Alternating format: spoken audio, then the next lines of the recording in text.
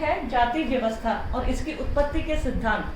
तो जाति व्यवस्था की उत्पत्ति के सिद्धांत में अगर हम भारत की बात करें तो भारत में जाति सामाजिक स्तरीकरण का आधार है।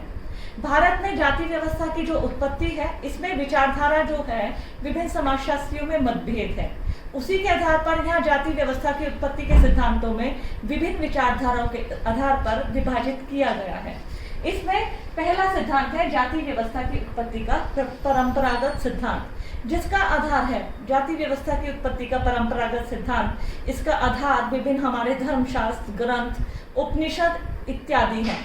ऐसा माना गया कि जब ब्रह्मा जी ने सृष्टि की रचना की तब उन्होंने अपने मुख से ब्राह्मण, बाजू से क्षत्रिय, जगह से वैश्य और पैरों से शूद्रों की उत्पत्ति मानी। इस प्रकार हमारे समाज में वर्ण व्यवस्था के आधार पर जातियों का आधार माना गया।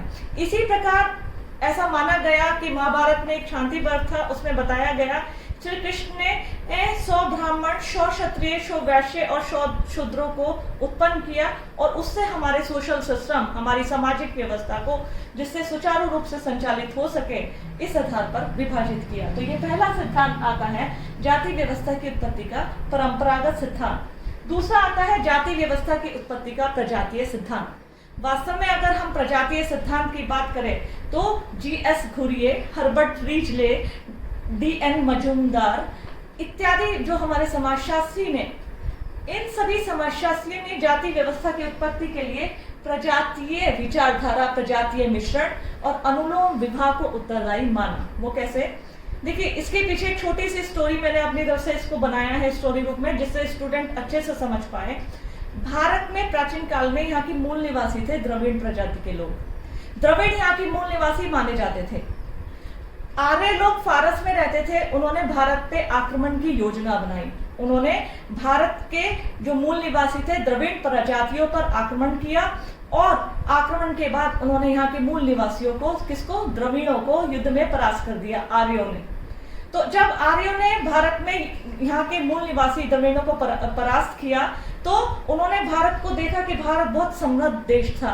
उन्होंने यहीं बसने की योजना बनाई। युद्ध के उद्देश्य से आए थे तो अपने साथ स्त्रियां नहीं लाए। आर्यों ने अपने समाज में, जहां उनका समाज था वहां 4 भागों में विभाजित था, उसी व्यवस्था को भारत पर लागू किया। साथ ही साथ उन्होंने भारतीय, चूंकि वो युद्ध के उद्देश्य से आए थे, स्त्रियां नहीं लाए थे, तो उन्होंने भारतीय स्त्रियों के साथ वैवाहिक संबंध स्थापित किए। अनुलोम विवाह, जिसे हम कहते हैं अनुलोम मैरिजेस। देखिए, अनुलोम विवाह कहते हैं जब एक उच्च वर्ण या कुल का लड़का निम्न वर्ण या कुल की लड़की से विवाह करता है तो विवाह की इस पद्धति को, रीति रिवाज को अनुलोम विवाह कहा जाता है। और जब उन्होंने आर्यों ने अनुलोम विवाह संबंध स्थापित किए तब इस प्रजातीय मिश्रण, साथ ही साथ जब उनकी संतानें उत्पन्न हुई उनको वर्ण संकर माना गया और ऐसा माना गया उनको अलग जाति का माना गया।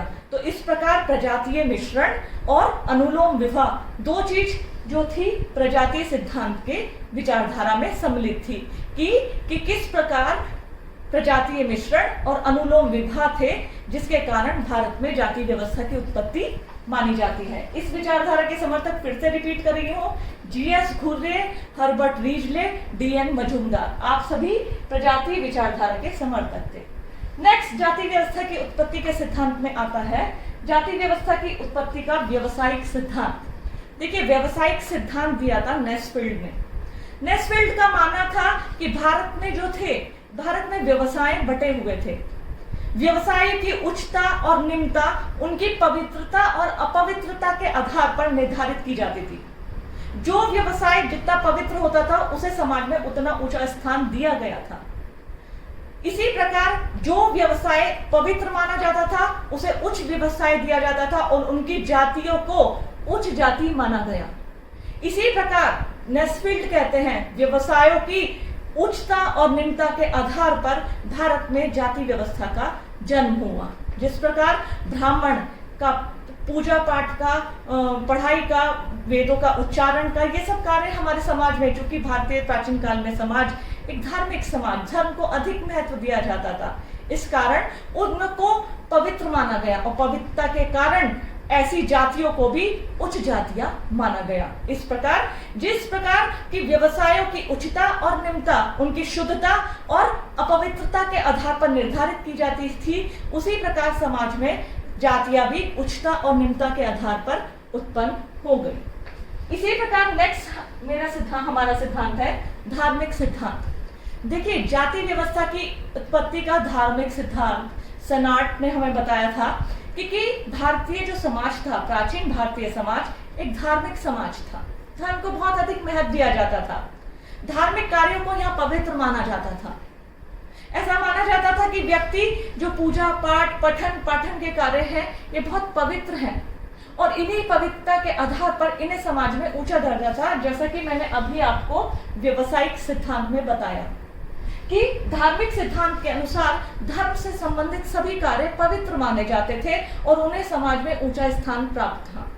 बहुत सारी कथाएं, लोक गाथाएं, बहुत सारे हमारे ग्रंथों में ऐसी चीजों का स्पष्ट उल्लेख है जहां एक अपराध के लिए ब्राह्मण जाति के व्यक्ति को माफ कर दिया जाता था और सेम उसी अपराध के लिए एक निम्न जाति के व्यक्ति को कड़े से कड़े दंड का प्रावधान किया गया था। तो कहीं ना कहीं व्यक्तियों की धार्मिकता के आधार पर उसके जाति को निर्धारित किया गया था कि जो जिस प्रकार धार्मिक कार्यों से जुड़ा है वो समाज में उतना ऊंचा स्थान प्राप्त करता है।